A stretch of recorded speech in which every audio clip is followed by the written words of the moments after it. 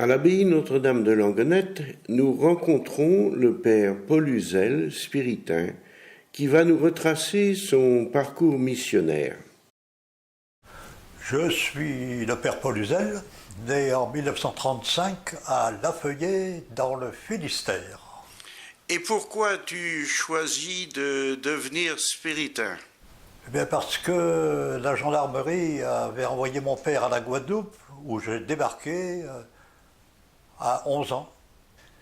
Et comme je voulais être prêtre, puisque j'avais passé de 36 à 46 ma vie en Loire inférieure, dans le pays de Ré, j'avais donc chopé la vocation dans un petit village qui s'appelait Saint-Père-en-Ré. Et je suis donc rentré au séminaire de Blanchette en Guadeloupe. Et je me suis trouvé seul Européen au milieu des petits Guadeloupéens, dont j'ignorais le breton. Mais toi, tu parlais créole? Je ne parlais pas créole pendant un an, je n'ai pas parlé créole. Mais au bout d'un an, j'ai parlé le créole. Donc je l'ai pratiqué pendant 3 ans après, avant de revenir. Et c'est donc là que j'ai rencontré les spiritains. Et tu es après venu en France pour le séminaire? J'ai donc interrompu ma 4e pour rentrer à Saint-Ilan à Pâques 1950. Et nous avons été ordonnés ensemble en 63. Où as-tu été affecté après? J'ai donc été affecté à la Guadeloupe, que j'ai retrouvé, n'ayant pas oublié le créole et pouvant le pratiquer. Et quels sont les meilleurs moments dont tu te souviens dans ton ministère? Alors, la formation qu'on a eue à Chevilly a été splendide au plan de théologie biblique. Donc, durant tout mon ministère, j'ai fait en quelque sorte des cours de Bible populaires.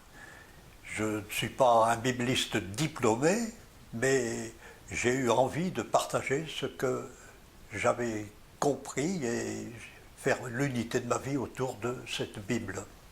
Et combien d'années as-tu passé en Guadeloupe? Donc la Guadeloupe, je l'ai revue de 65 à 80. Et puis après, au point de vue santé, donc j'ai dû replier sur les 4 saisons, ce qui m'a conduit à Mortain, donc dès 1980. Et qu'est-ce que tu as fait à partir de 80? Alors, à partir de 80, d'abord l'animation missionnaire, mais toute ma vie, je pourrais dire que j'étais centré sur l'anthropologie biblique. Alors, tout en étant vicaire à la Guadeloupe et aumônier de lycée, je travaillais la Bible régulièrement, donc recherche d'anthropologie biblique, à travers un auteur qui s'appelait Tresmontant. Puis après, je suis tombé sur un autre auteur, philosophe russe, Berdiev. Berdiev, dont on m'avait donné un livre assez difficile à lire, mais que j'ai travaillé. Et ce Berdiev m'ennuyait toujours en titillant sur Dostoïevski. De sorte que quand je me suis trouvé à Mortain, je devais refaire ma santé tout en faisant de l'animation missionnaire, j'ai donc pu commencer à travailler aussi ce Dostoïevski dont on m'avait parlé et dont j'ignorais à peu près tout.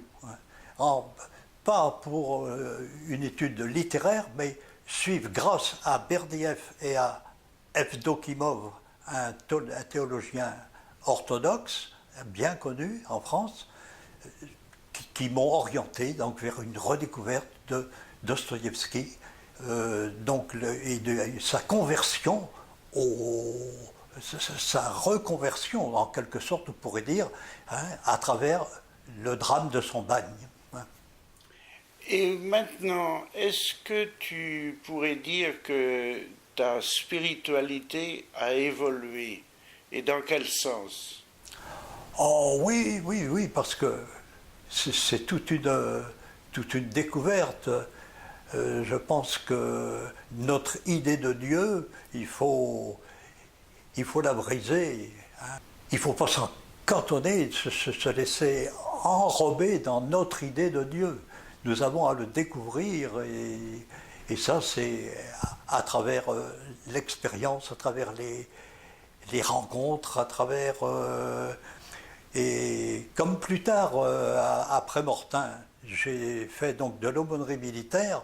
Là, nous avions des séances de recyclage absolument bien faites, hein, qui m'ont beaucoup aussi aidé à évoluer, quoi, hein, dans ma façon de voir Dieu, quoi. Hein. Dieu, on ne l'a pas dans la poche. Hein. Eh bien, merci beaucoup, Paul, pour ton témoignage. De tout cœur.